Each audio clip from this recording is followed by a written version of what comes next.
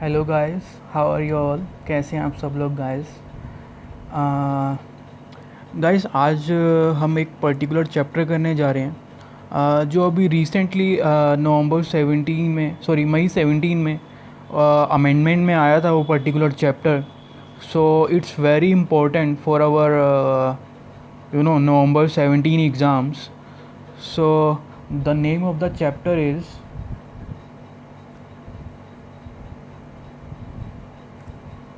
consolidation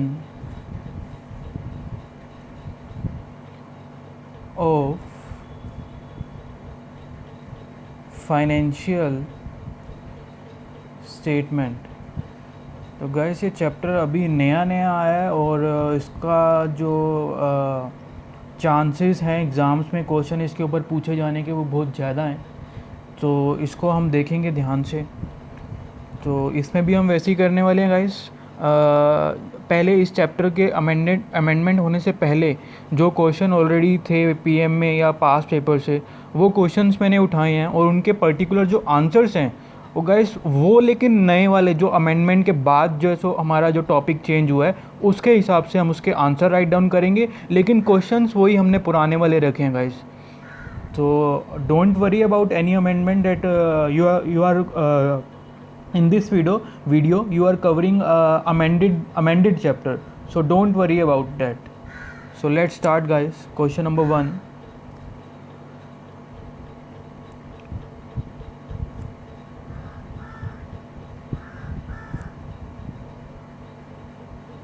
Responsibility of parent with respect to CFS.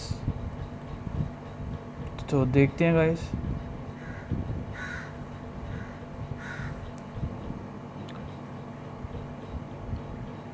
Responsibility of parent with respect to cash flow statement, oh sorry, consolidated financial statement.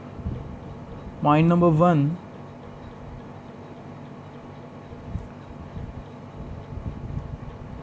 Identifying components including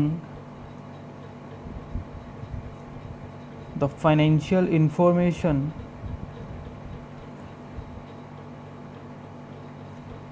of components to be included in financial statement. Identifying components including financial information of components to be included in financial statement. Identify the related parties. Identify the related parties and the transaction during the year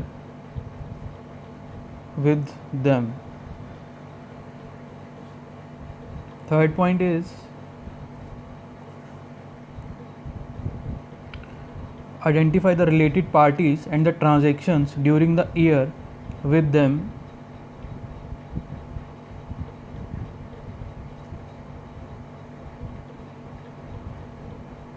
Examine the accounting policies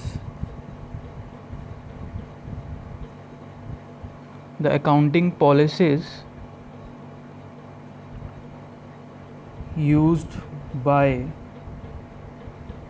component including harmonizing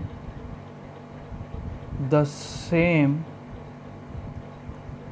if they are not in line with parent.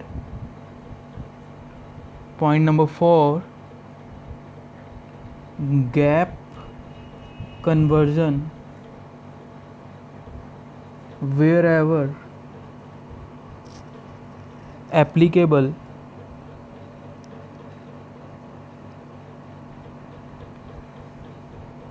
Point number 5.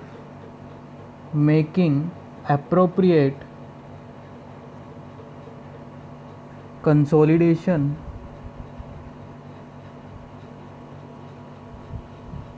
adjustments. Point number 6 and the last point, बस इतना ही रखते हैं guys point number 5 तक।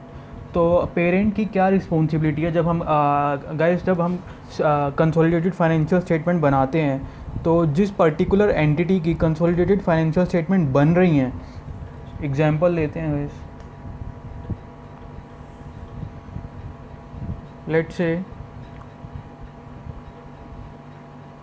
Hindustan Unilever Limited, इसकी guys x y a b ये सारी इसकी subsidiaries हैं। तो जब कंसोलिडेटेड फाइनेंशियल स्टेटमेंट बनेगी इसकी HUL की, तो क्वेश्चन हमारे से पूछता है कि HUL की क्या रिस्पॉन्सिबिलिटीज़ हैं, उसकी क्या रिस्पॉन्सिबिलिटीज़ हैं HUL की।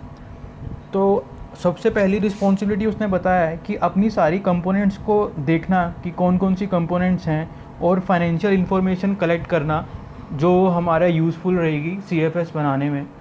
सेकंड पॉइंट इज़ कि रिलेटेड पार्टीज़ जितनी भी हैं उसके साथ ट्रांजैक्शन हुई हैं वो देखना।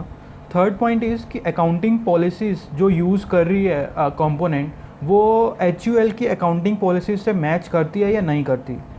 Fourth point, gap conversion means जैसे कि जो भी फाइनेंशियल रिपोर्टिंग फ्रेमवर्क है, जो भी अकाउंटिंग स्टैंडर्ड्स हैं, वो भी component as well as the HUL have to adopt the same FRF, financial reporting framework.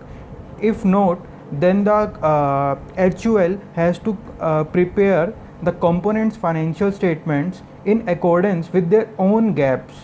Gaps means FRF. The last point is making appropriate consolidation adjustments.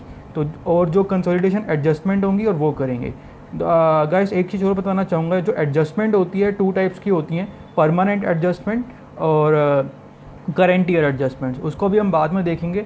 तो इसी के साथ फर्स्ट क्वेश्चन हमारा गाइस ख़त्म होता है, तो देखते हैं आगे।